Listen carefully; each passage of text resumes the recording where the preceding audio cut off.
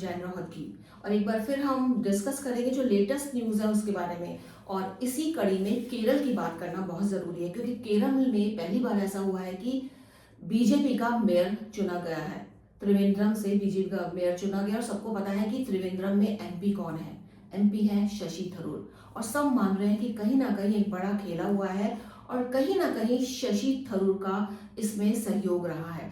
और भी खबरें हैं जिस पर हम चर्चा करेंगे। तमिलनाडु के बारे में बात करेंगे, स्वामीनाथन के बारे में बात करेंगे जो इतना जबरदस्त हो हल्ला मचा हुआ है। और खबरों पर हम बात करेंगे। और आज हमारे साथ एक बार फिर वरिष्ठ पत्रकार विनोद शुक्ला जी हैं। आपको बहुत बहुत स्वागत विनोद जी। तो विनोद जी, सबसे पहले बात करते हैं केरल की, और जो मेरे को लग रहा है और जो चर्चाएं भी चल रही है, अगर हम बात करते हैं लीडर्स से, तो कहीं ना कहीं ये लग रहा है कि क्या शशि थरूर आने वाले हैं मोदी सरकार में, और एक एग्जाम्पल केरल में देखने को मिल गया है। देखिए, शशि थरूर भारतीय जनता पार्टी ज्वाइन करते हैं या नहीं करते हैं, ये तो अभी पूरी तरह से कहना ठीक नहीं होगा। लेकिन जिस तरह की वो उनकी बातें हैं, उनकी गतिविधियां हैं, उसको देख करके लग रहा है कि उनका भारतीय जनता पार्टी के साथ नज़दीकियां बढ़ रही हैं। यहाँ तक कि जो अभी लोकल बॉडी इलेक्शंस हुए हैं, उसमें जो तिरुवनंतपुरम, जिसको त्रिवेंद्रम भी कहते हैं, जी। वहाँ कुल 101 जो सीटें हैं काउंसिलर्स की, उसमें भारतीय जनता पार्टी को 50 सीटें मिली हैं।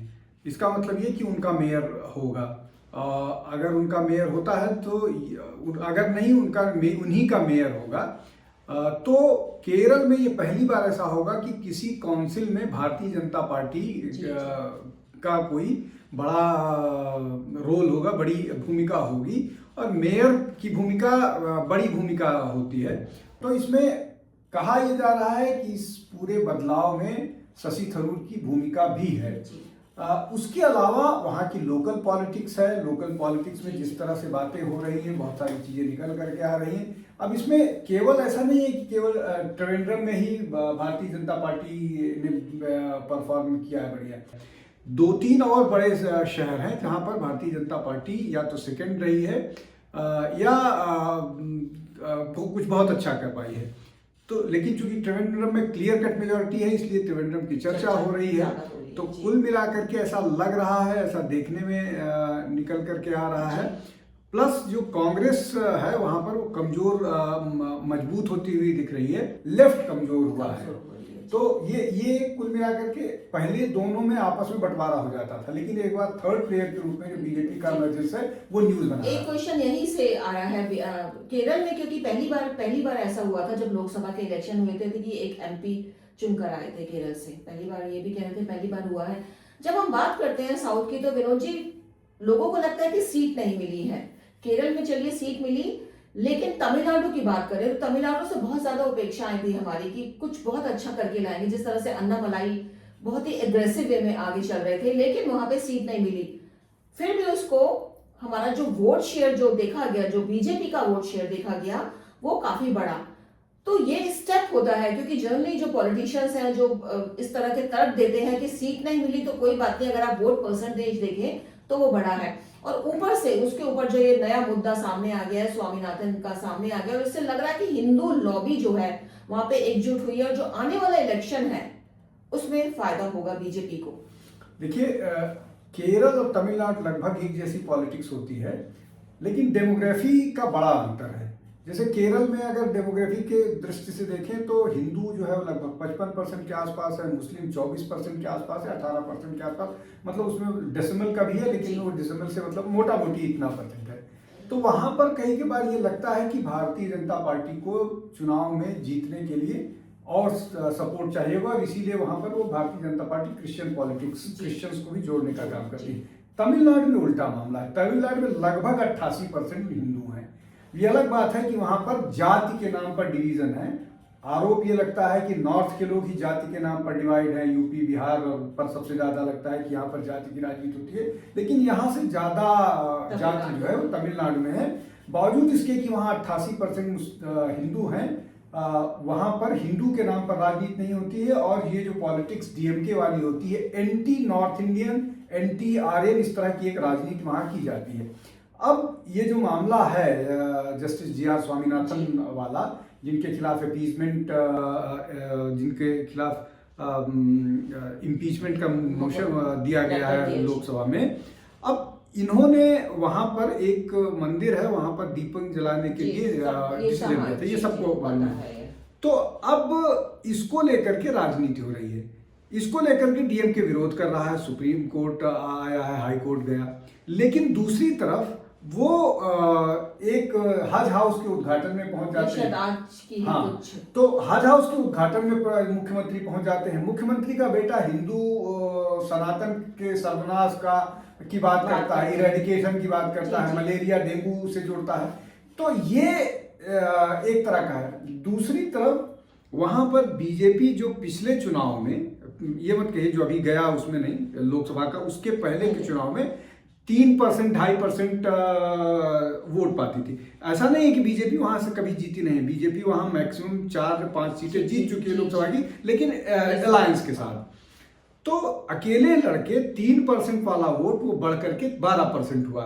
12% वोट साइजेबल नंबर होता है। बहुत सारे जगहों पर भारतीय जनता पार्टी 12% वोट से सीटें जीती रही अलायंस में।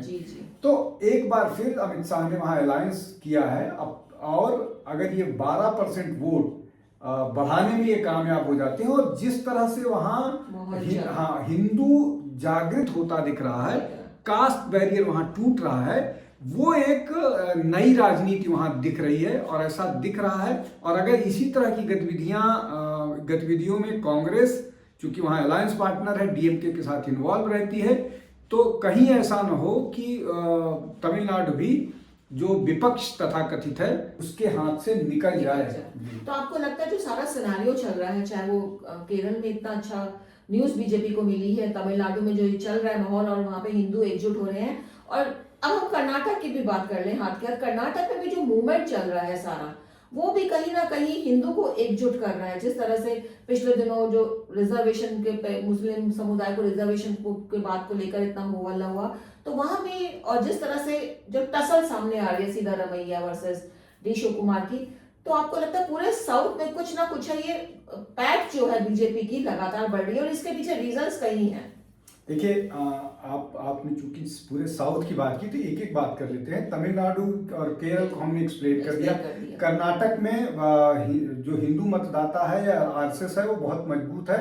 वहां 2 बार 3 बार सरकार बन चुकी है, लेकिन अपने बूते पर नहीं बना पाए हैं। नहीं, अपने बूते पर बनी है। तो कर्नाटक में अपने बूते पर ये अलग बात है कि सिंपल मेजोरिटी से 1-2 सीट कम रही है, लेकिन हाँ, तेलंगाना में लगभग आधा वोट, आधी सीट कांग्रेस और भारतीय जनता पार्टी के बीच बंटवारा हुआ है। मतलब तेलंगाना में भारतीय जनता पार्टी मजबूत स्थिति में है।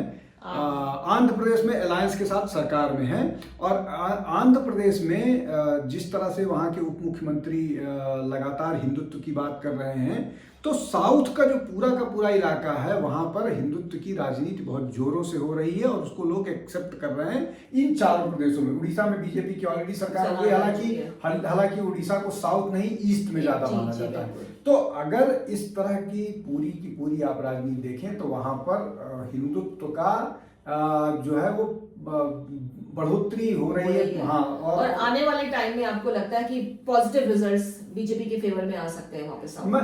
मुझे लगता है कि कर्नाटक में जिस तरह की बात कांग्रेस जिस तरह की राजनीति कर रही है, वो अगले चुनाव में उनका हाल निश्चित तौर पर खराब होने वाला है। तेलंगाना में भारतीय जनता पार्टी फोकस किए हुए, लेकिन मैं तमिलनाडु को लेकर के सबसे ज़्यादा मेरा अपना असेसमेंट ये है कि जिस तरह से तमिलनाडु की राजनीति बढ़ रही है, और जिस तरह से वहाँ के लोग इस बात को लगातार नज़रअंदाज कर रहे हैं, वहाँ के विशेष रूप से नेता, कांग्रेस और डीएमके दोनों पार्टी के नेता लगातार हिंदू इंटरेस्ट को कॉम्प्रोमाइज कर रहे हैं, और हिंदू इस बात को महसूस करने लगा है। प्लस जो प्रधानमंत्री नरेंद्र मोदी का एक तमिलनाडु और बनारस से, काशी से एक लिंक किया जा रहा है, और तमिल समागम करके तेलंगाना में भारतीय जनता पार्टी फोकस किए हुए, लेकिन मैं तमिलनाडु को लेकर के सबसे ज़्यादा मेरा अपना असेसमेंट ये है कि जिस तरह से तमिलनाडु की राजनीति बढ़ रही है, और जिस तरह से वहाँ के लोग इस बात को लगातार नज़रअंदाज कर रहे हैं, वहाँ के विशेष रूप से नेता, कांग्रेस और डीएमके दोनों पार्टी के नेता लगातार हिंदू इंटरेस्ट को कॉम्प्रोमाइज कर रहे हैं और हिंदू इस बात को महसूस करने लगा है। प्लस जो प्रधानमंत्री नरेंद्र मोदी का एक तमिलनाडु और बनारस से, काशी से एक लिंक किया जा रहा है और तमिल समागम करके वो यूथ्स में बहुत जोर से असर कर रहा है। और वो जो धीरे धीरे माउथ टू माउथ पब्लिसिटी होती है वो उसी का असर है कि ये जो 3 से 13 हुआ है और वो कहीं 13 से 23 और 35 अगर हो जाएगा तो सारा खेल बदल जाएगा। ये बात है कि हम साउथ विन विन करने की पोजीशन में आ सकती है आगे। अब हम बात करते हैं वेस्ट बंगाल की, और वेस्ट बंगाल की जब बात करते हैं तो एक चर्चा जो चल रही है, जो ज्यादा जिक्र नहीं हुआ उसका, कि नितिन नवीन जी को चुन करके प्रेसिडेंट बनाया गया। बहुत सारे इसके पीछे रीजंस दिए गए हैं, हमने भी काफी बातें करी, काफी चैनल चला रहे हैं कि हो सकता है बिहार में नीतीश कुमार की जगह ले ले, हो सकता है पीएम मोदी के बहुत फेवरेट है। लेकिन जो एक बात है कि कायस्थ है, और बिहार में कायस्थ, बिहार और यूपी में कायस्थ, जैसा कि आपसे चर्चा भी हुई थी, 1% से भी कम है। लेकिन पश्चिम बंगाल में 13.5% है, ये कभी लोग जानते होंगे और इस पर हमने चर्चा की विनोद जी के साथ। तो पश्चिम बंगाल में इलेक्शन होने वाले हैं, तो सीधे तौर पर नितिन नवीन की जो नियुक्ति है, क्या हम इस इलेक्शन से जोड़कर देख सकते हैं? देखिए अनु जी, मैं मतलब इसको थोड़ा सेल्फ पैटिंग कर लेने दीजिए, मुझे अपनी प्रशंसा खुद कर लेने दीजिए। मैं सामान्यतः जब बीजेपी का कोई डिसीजन होता है तो मैं ऑब्वियस से अलग हट करके देखने की कोशिश करता हूं कि ऐसा क्यों हुआ। अब इस नितिन नवीन के सिलेक्शन का एक बड़ी प्रक्रिया थी। 20 इस तरह के लोगों को छाटा गया था, 20 में से 5 फिर से शॉर्ट लिस्ट हुए, 5 में से इनको सेलेक्ट किया गया, बाकायदा एक प्रक्रिया के तहत हुआ। वो बीजेपी संघ करती रहती है। लेकिन जब इनको सेलेक्ट किया गया तो मुझे लगा कि क्या ऐसा मामला है, तो फिर मैंने इनकी जाति जानने की कोशिश की। फिर मुझे लगा कि इसका क्या प्रभाव हो सकता है। फिर मैंने यूपी जानने की कोशिश की। फिर मैंने चेक किया पश्चिम बंगाल का। जब पश्चिम बंगाल का रखा तब मेरे कान खड़े हो गए कि अच्छा, ये जो बीजेपी की जो नेतृत्व है वो कुछ ऐसा करता है जिस पर लोगों का ध्यान न जाए। और ये वही हुआ है। और मैंने इसको ट्वीट कल ही कर दिया था। कल ही जैसे ही मुझे मतलब ये सारी जानकारी हुई, मैं इस पर खबर लिखने लगा था तो इसको ट्वीट भी कर दिया। अब समझिए कि उत्तर प्रदेश में 8% वाला यादव और 12% वाला ब्राह्मण डोमिनेट करता है पॉलिटिक्स। 14% वाला यादव बिहार की पॉलिटिक्स होता है और वही मुख्यमंत्री बनता रहा है लालू प्रसाद। 13.5% वाला ये जो कायस्थ है, क्या वो डोमिनेट करेगा या उसकी क्या भूमिका होगी, ये बहुत महत्वपूर्ण है, उसको समझने की जरूरत है। और मुझे लगता है कि इसको भी ध्यान में रखा गया है, और बहुत सारे फैक्टर्स हैं, लेकिन इसको भी ध्यान में रखा गया है। मैं उसका कारण बताता हूं अनुजी, इसको समझिए।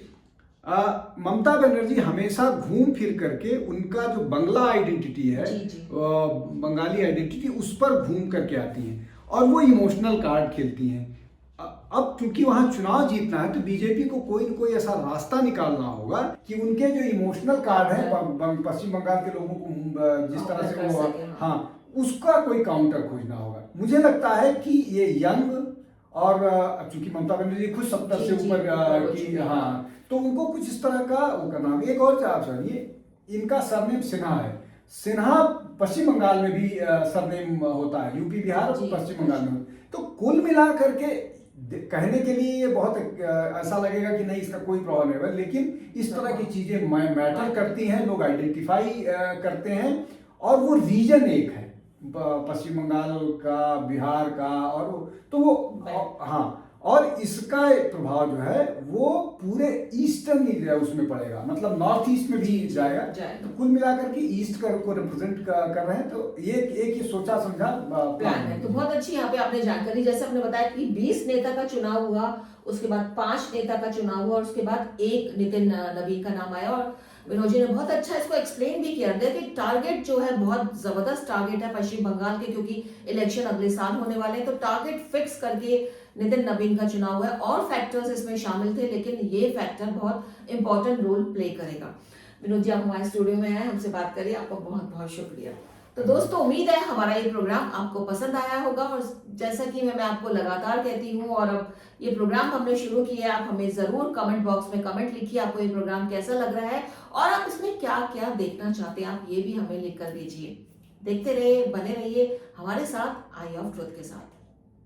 हमारे चैनल आई ऑफ ट्रुथ को सब्सक्राइब कीजिए यूट्यूब पर, इसे फॉलो कीजिए फेसबुक पर, इंस्टाग्राम पर, ट्विटर पर और कू पर।